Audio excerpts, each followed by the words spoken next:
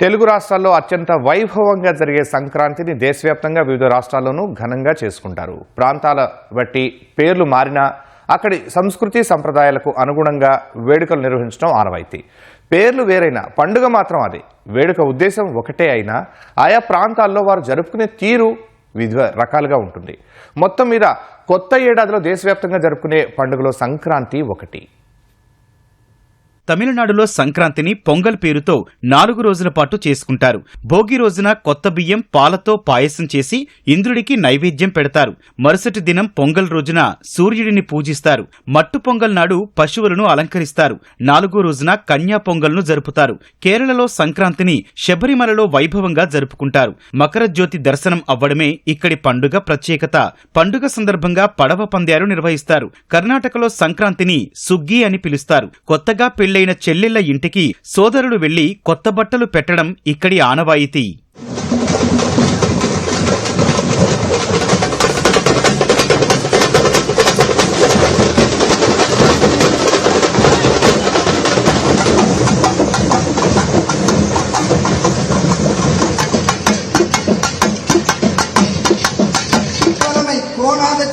சலியாத மனம் பெருமக்கள் தொடர்பு பிரியற்ற உடல் போகாத இளமை மாறாத வார்த்தை தடையற்ற கொடை.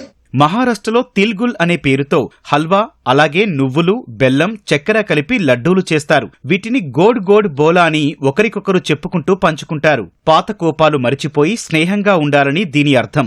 గోవాలో కూడా దాదాపుగా మహారాష్ట్రలో మాదిరిగానే సంక్రాంతి వేడుకలు ఉంటాయి. గుజరాత్ సంక్రాంతి వేడుకల్లో నువ్వులు, మిఠాయిలు పంచిపెడతారు. పండుగ నాడు పెద్దలందరూ చిన్నవాళ్లకు బహుమతులు ఇవ్వడం ఇక్కడి ఆచారం. అహ్మదాబాద్ లో అంతర్జాతీయ గాలిపటాల ఉత్సవం కూడా జరుగుతుంది. అదే గుజరాత్ సంక్రాంతి వేడుకల ప్రత్యేకత.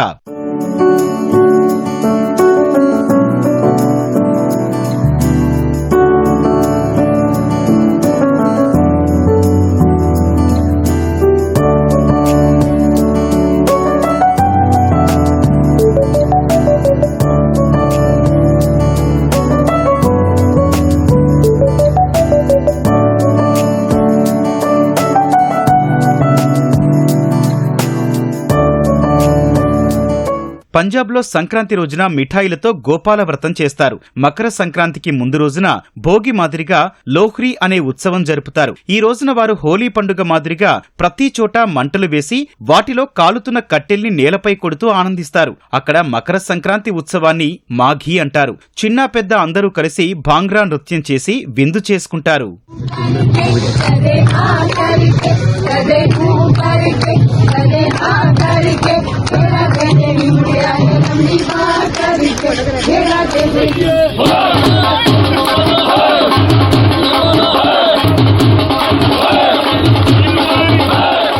ఉత్తరప్రదేశ్లో సంక్రాంతి నాడు గంగా, యమున, సరస్వతి నదులు కలిసే ప్రయాగలో స్నానం చేయడం అక్కడి ఆచారం. అక్కడి సంక్రాంతిని కిచేరి అంటారు. ఒడిశాలో సంక్రాంతిని సంప్రదాయాలతో పాటు స్నేహానికి ప్రతీకగా జరుపుకునే పండుగ. దీన్నే అక్కడ మకర్ బసీబా అని పిలుస్తారు. పశ్చిమ బంగాల్లో సంక్రాంతిని పౌష్ సంక్రాంతి అని పిలుస్తారు. బియ్యం పిండి, కొబ్బరి పాలతో తయారు చేసే పీఠా మిఠాయి తయారు చేయటం పండుగ ప్రత్యేకత. రాజస్థాన్, మధ్యప్రదేశ్లో సంక్రాంతి సంబరాలను సంక్రాంత్ పేరుతో నిర్వహిస్తారు. అక్కడి ప్రత్యేకతను చాటే మిఠాయిలతో పండుగ చేసుకోవటం ఆనవాయితీ. నేపాల్, బంగ్లాదేశ్, శ్రీలంక, కాంబోడియా వంటి దేశాల్లోనూ ఇదే విధంగా వేడుకలు జరగడం విశేషం.